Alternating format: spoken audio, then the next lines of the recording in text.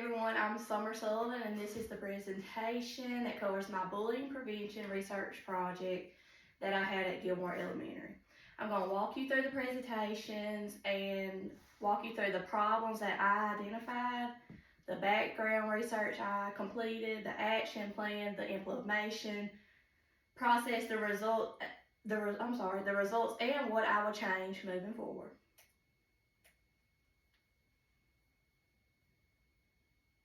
Okay.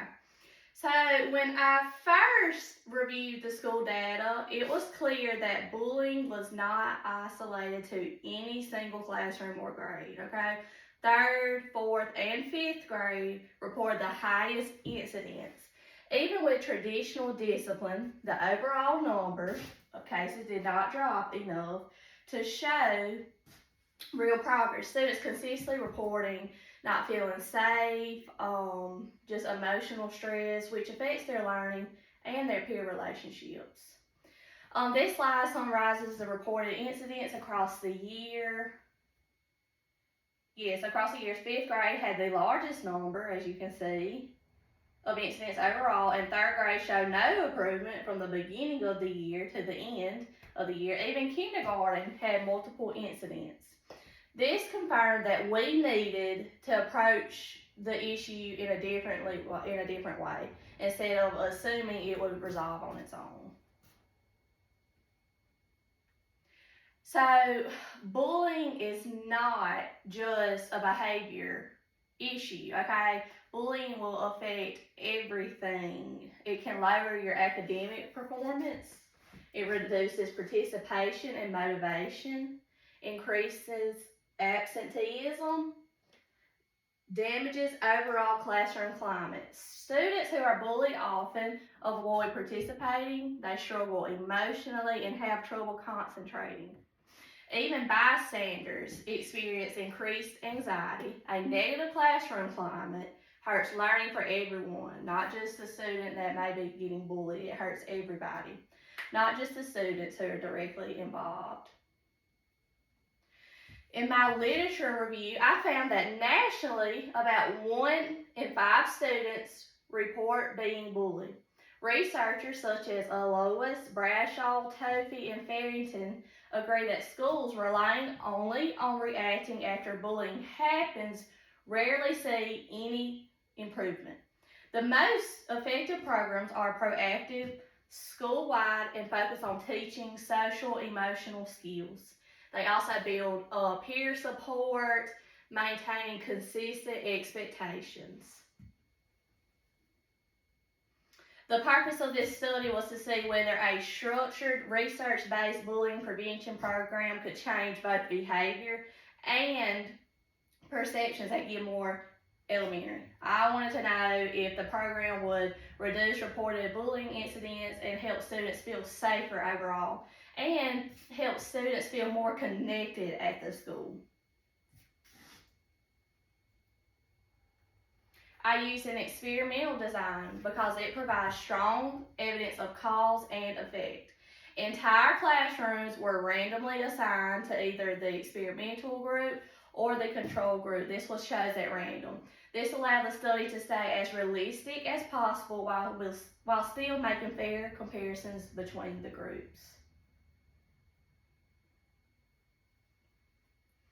The study focused on 3rd through 5th grade because these grades had the highest number of bullying incidents.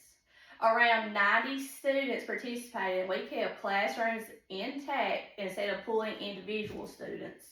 Experimental classrooms implemented the prevention program, while control classrooms continued with their normal regular routines.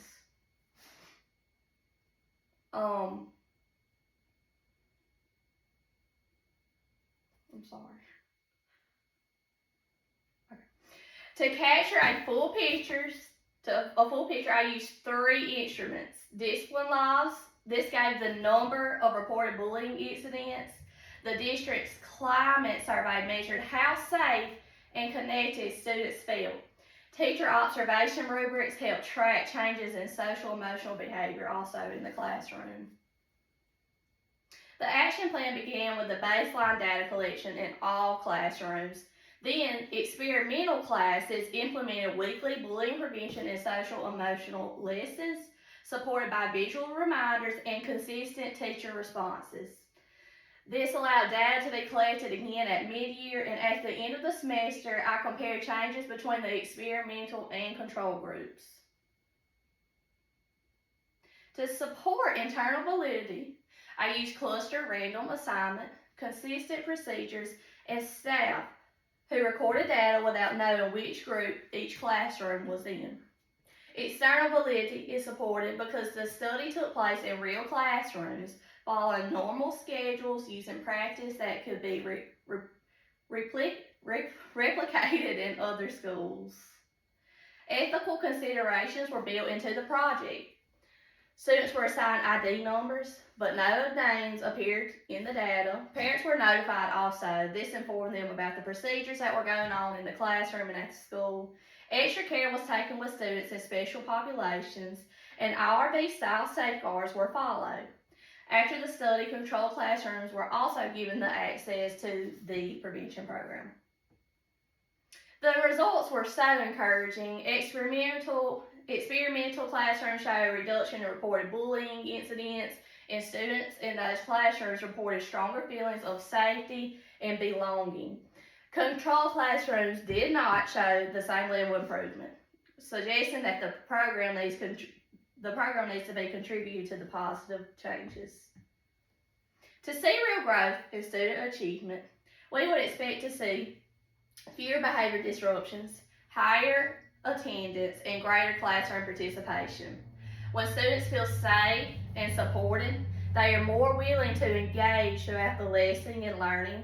They will ask questions and take academic risks, which can lead to stronger academic outcomes over time. Looking back, there are several changes I would make. I would extend the prevention program so it runs across the full school year, not just one semester.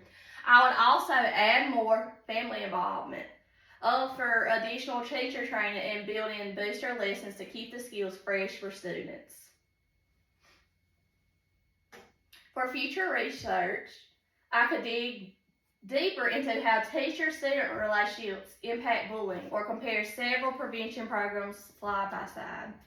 It would also be useful to study long-term academic outcomes and examine how these approaches work in rural or high-poverty schools similar to Gilmore Elementary.